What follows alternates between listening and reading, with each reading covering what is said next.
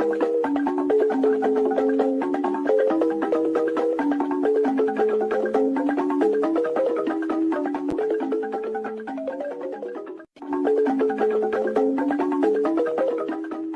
have no mercy for those that come to disrupt the restoration of this struggle. We don't negotiate with anyone. We will never do that. Because when you do things like that, you encourage the same thing to be inside the government, and they will continue to do what they are doing. There's an added access.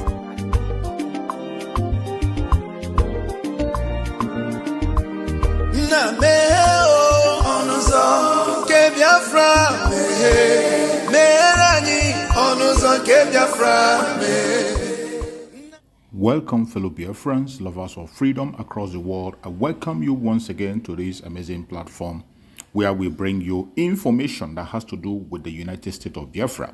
Information coming from the right source. In this platform, we promote and support the restoration fully and recognition of the United States of Biafra under our Prime Minister, Mazi Simon Ekpa, and of the Supreme Commander of Mazi Nandekano. Today, under the leadership of Dr.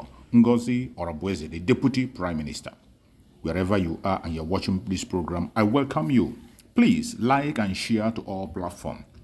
In this program, we will be continue to show you information that are coming from all angles, more especially things that has to do with the Biafran territory, regardless where it is, whether in the east, in the west, in the north, in the south.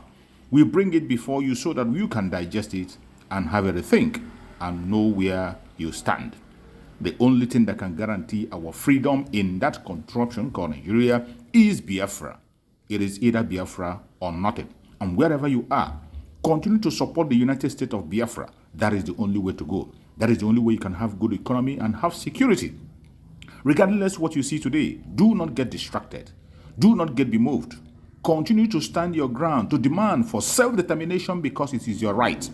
Do not allow anyone to take away the right to self-determination, the right to self-defense, and the right to life from you. Kindly watch this video for more wisdom. Let's watch. We have Operation Udogachi in Anambra State in support of the state government. There are limits to what you can do. The federal government is clamping down on anybody that will mess up.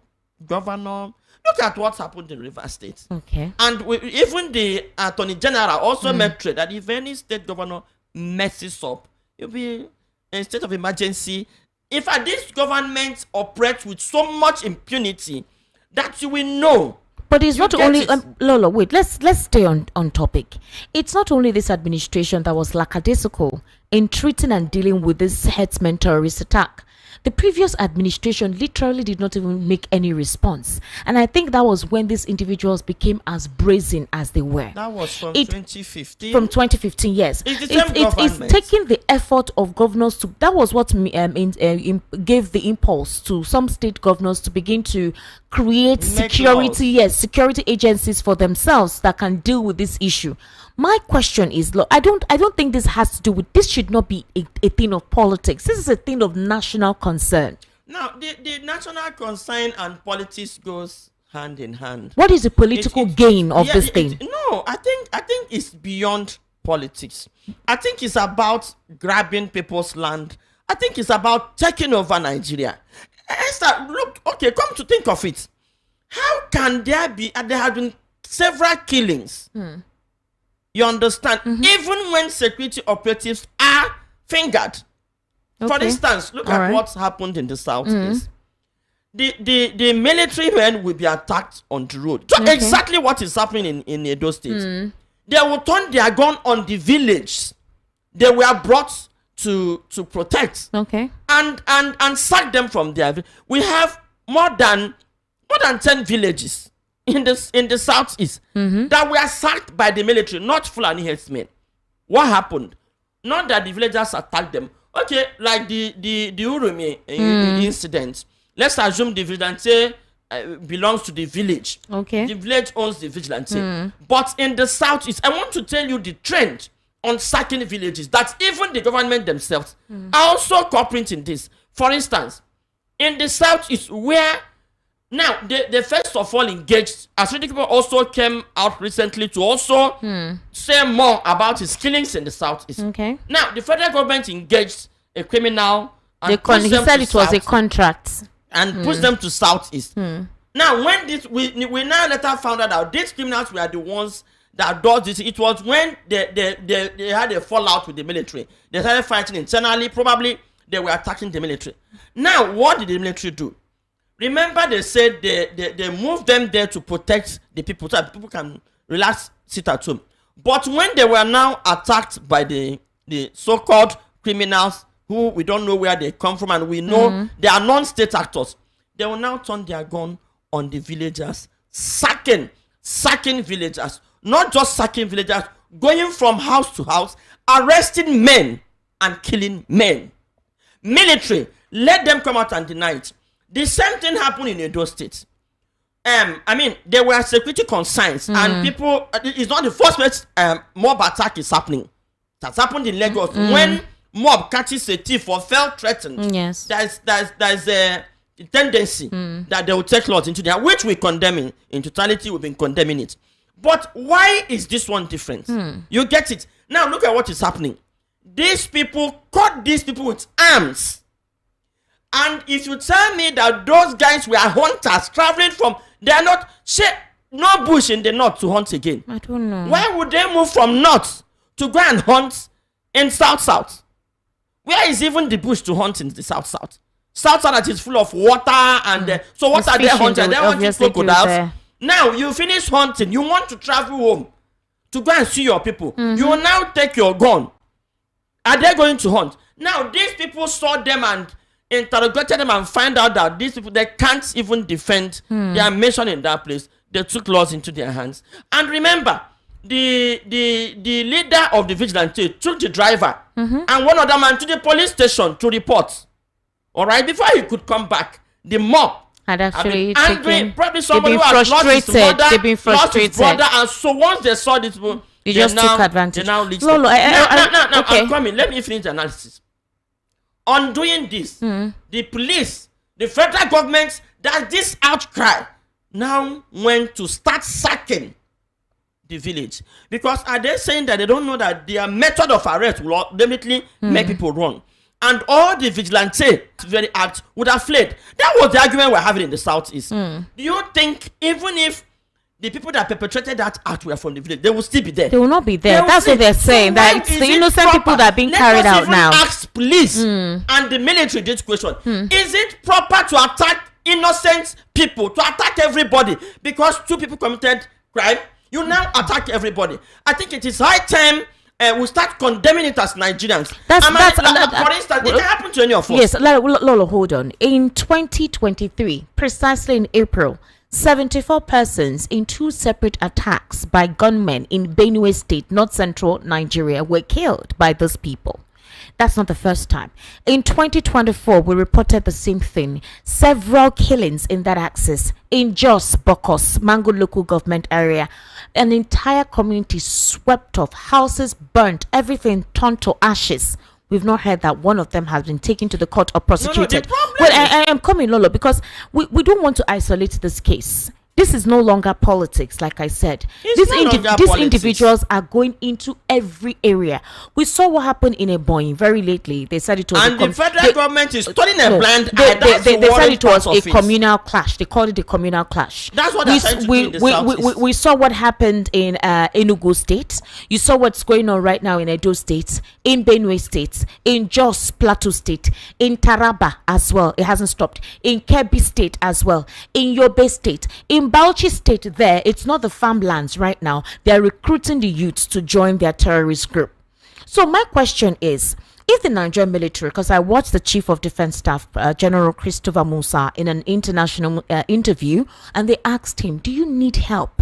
Do you need more men? Do you think you're capable of handling this insecurity? He said yes. He said all they needed was the support of, the United Nations. To help them track the hard currencies. That's what he said. Provide them with gadgets and all whatnot to fight this. If the Nigerian military says that they are capable, they have the capacity to handle this, why are we seeing a resurgence of this attack? That's one from the angle of the Nigerian military. The second thing to also consider, while they are fighting Boko Haram and Lakurawa in the northeast and the north central, we've seen a lot of those barracks taken over by these terrorists. I don't even know how they know the checkpoints of these individuals, the Nigerian army, where they are settled. And right now, there have been outcry, a recent protest being organized in Benue State, and the National Assembly has not addressed this. So what are they afraid of? Our Senate president was quick to condemn the Oromo, but the protest. Now, the funny part of it is, these people are not carrying arms. They are not burning houses. They are crying out for the killing, and the people killing them are not hidden. They are human beings, and the police are threatening to shoot them. Esther, this is beyond politics. There is more to this. I can assure you there is more to this. The federal government is quick to trace the sponsors of IPOP. All right? The federal government is quick to arrest Nnamdi Kanu, trace him from here to Kenya, arrest him. But they can't arrest. They can't deploy the intelligence. They were quick to quell IPOP, but they can't quell Boko Haram. Lakurawa. Even the international community has declared Fulani herdsmen the fourth deadliest group in the world. Even the Nigerian courts have called them terrorists. Nobody, the federal governments have not even uttered a word, threat, or said anything. And we are here joking about it. Nobody's joking about it. It's not a joke. I tell you, and I'm surprised that some Christians leaders have kept mute. No. Lolo, I'm going to discountenance you there. Very recently. Tell me how many of them very recently, one of the Catholic bishops, actually, because they've been following this case, traveled all the way to, I think, is it Turkey or where? Is it Turkey or where Pope Francis resides? Italy or France, one of those areas. In Rome, exactly. There'd been an investigation into the killings in Benue, in Edo State as well. One of the Catholic bishops actually gave a deep recount. We talked about it here on the Political Spotlight. I remember that was the same day that the president met with Bishop Matthew Kuka and a couple of the Archbishop Diocese at Aso Rock. In fact, this was last week or 2 weeks ago. Very recent. While the president was meeting with them, this particular panel was being set up, where the United States of American government has actually disclosed that Christians are mostly persecuted in Nigeria. So the Catholic Church has actually taken it. They gave a detailed record of all the killings. Yes. How many Christian domination do we have in this country? We have Redeem, whose leader has been very vocal, participated in bringing in this government. Have you heard them say anything about the killings? Anything about the state of the nation? We have a Winners Chapel, we have a Trem, we have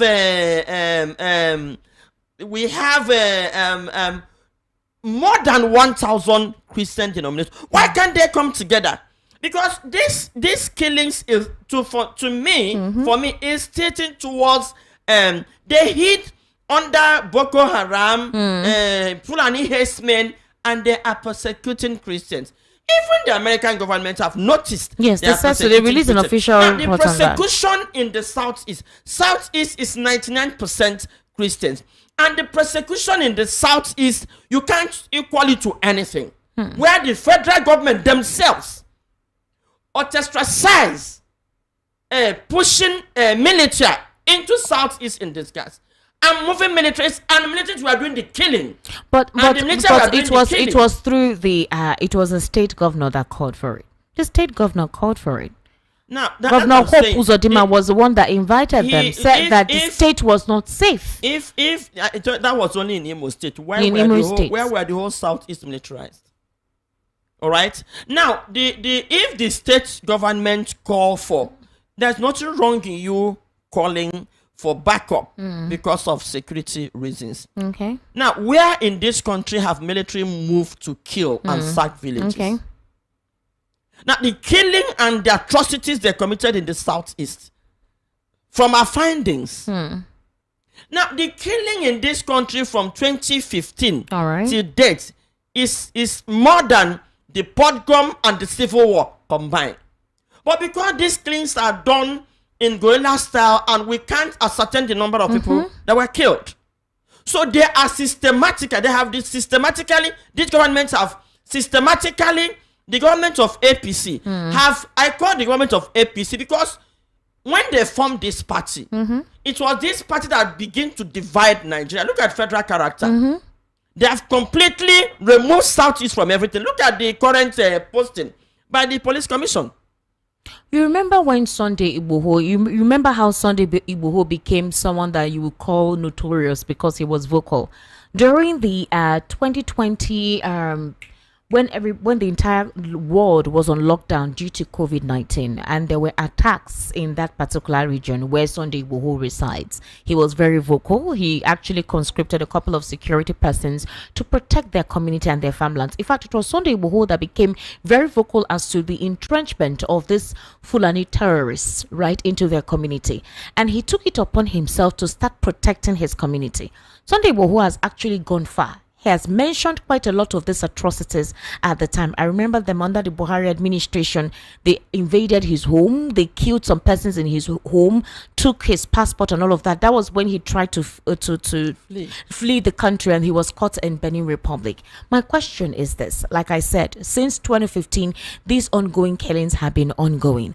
And it's no longer about one particular ethnic group or the other, because if these individuals intend to organize a reprisal attack, they're not going to look at you that you're from the southeast or southwest or south. Anybody who is not a northerner, to them is the same thing. So why has the Attorney General of the Federation, why has the Nigerian Intelligence Agency, why has the DSS, the SSS, the Nigerian Army, the Inspector General of Police, I have not seen a letter, a communication, I don't know, something to indicate that they are now piqued interest into this and they need to synergize and work together to stop it. That's one. Two, all the northern governors who have been hearing the outcry of people from several communities that they have kept quiet.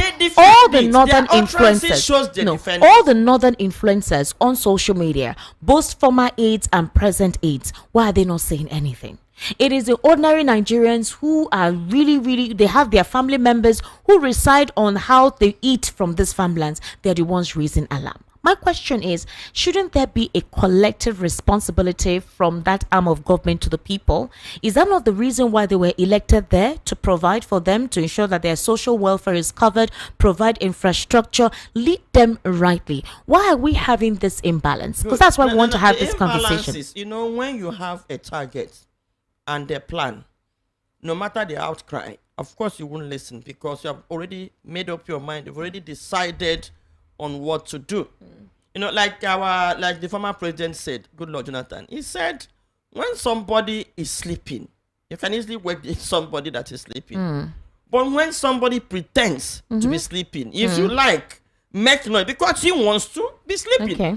Now, for me, from our findings, because we followed this from 2022 till now, yes, the body language of the federal government is, they are the ones that have put this thing up. Because if these people are killing and you are not doing anything about it, look at, there was a killing in Enugu State that made the former governor to put up the neighborhood watch. There were chiefs.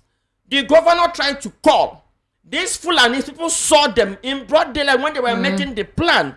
He called the military. He called police. He contacted the federal government. They did not respond until this village, I think I got to killing. Until this village they attacked, because that was what made Buruburu at the time to cry when he visited the area. So it's like they knew what is going on, so they're not going to do anything about it. Remember, that was why IPOP was crushed. IPOP is like Nnamdi Kanu had this tip off, and that was what he was saying, that there's a plan. So when IPOP were in the bush, the ECN or something, the Fulani, they didn't give them chance.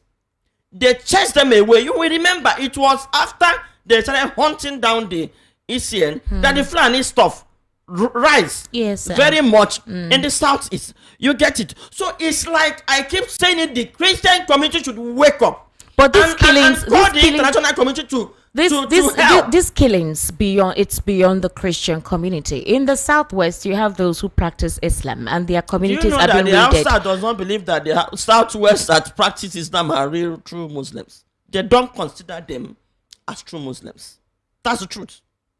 the Hausas does not really consider the Yorubas as true Muslim. Go and meet a Yoruba Muslim and they will tell you. Why would that be? But, is it not the same God they serve? They say they are not straightforward. How is it that they're not straightforward? Because they are educated and accommodating? It's not that they're educated. I think that is the Yorubas knew. The Yoruba Muslims knew. It's not a hidden, no, there are ways to practice religion that is accommodating without isolating. If you look at, but that's not the way they understood it. If you look at the attack right now, the attack is more on south and southeast. It has gone down in the southwest. No. Very recently, in March, early March, 20 farmers were killed. Esther, in the last 1 year, this is about, maybe if you hear attacks in the southeast 50 times, you hear in the south 50 times, you hear it in the southwest 2 times.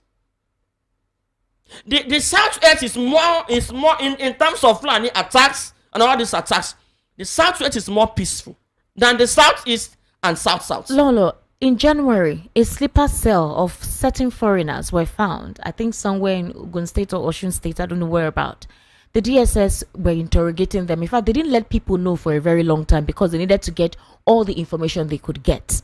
They were in that forest, a lot of them, and they were interrogating them because they feel that there are sleeper cells in a couple of regions in Nigeria. Possibly they're waiting for whatever. The Nigerian DSS were actually trying to collect intelligence from them. Recently discovered somewhere. Yes, that is the thing. So the question is, why are we not having that conversation up there? We are having the conversation here. Why are we not having it up there? The kind of conversations we're only hearing is about towards 2027 or obstructing certain persons who decide to be vocal, like what happened in Kogi State today, where Natasha couldn't be allowed to come for her rally. She had to come through a chopper. On the ground, the police already barricaded, but she came in through a chopper. And the people decided to come out regardless. They weren't constrained. They came out to support her, to welcome her.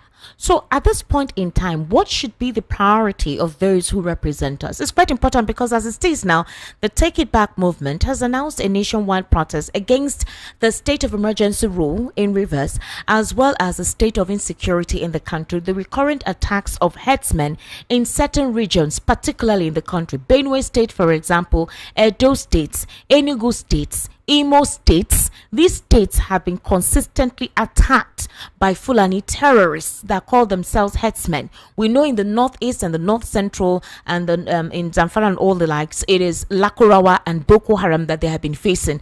And I feel the Nigerian military is really concentrated there because that place seems to be like they're going through what you call intense warlike situation. So the concentration of the Nigerian military is there and the Air Force. So my question is, why are we not seeing this as a focus of priority from those up there?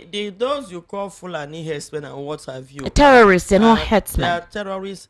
Maybe the Zamfara and the up north is their headquarters where they recruit their members and they push them down south. You get what I'm talking about now? Like I think if the security operatives, if they should be searching the long trucks that move from the north to the south, they will stop a lot of these movements. Because from what we discovered, those that were transported through Dangote truck, it now shows, instead of the police to now look at what they are doing with the long trucks, what are they moving from north to south, from south to north with the long truck in disguise of moving goods? No, they are now busy arresting. Now what it now shows is that up north is their headquarters where they are recruiting these people. And now why the war is more there is, they said these people move from the lake and stuff. Yes. So they move more in the north. There are more there and they train them there. So the tendency that the military is seeing more of them, more of action there, is true. But the point is that we should understand that this is not Fulani herdsmen. Okay. This is not, this is more of a terrorist attack being recruited from the northern part of the country down to the southern part of the country. And from our findings, the silence and the taking side of the federal government shows that there's a plan on ground why the federal government would turn a blind eye to the actions of these terrorists when they are in the south, because they are fighting them in the north as terrorists, but in the south it's like they're supporting them. Thank you so much for watching the program. I appreciate you for your patience to watch from beginning to end. I hope you have learned a lot from this very program that I just played, this video. Please like and share the video. Share to all platforms. After sharing the video, now you can go to the comment section and put down your comments. Whatever suggestions, contributions you have to make, what do you think about the video I just played? Go to the comment section and put your comment. I will go to the comment section, and I bet you I am learning a lot from there, and you can equally learn from there. Let us share our experience on that comment section. Thank you so much, and stay blessed. Don't forget to share, and we continue to bless you as you share. Biafra government, peace, progress, unity, and equity. We move. Airborne.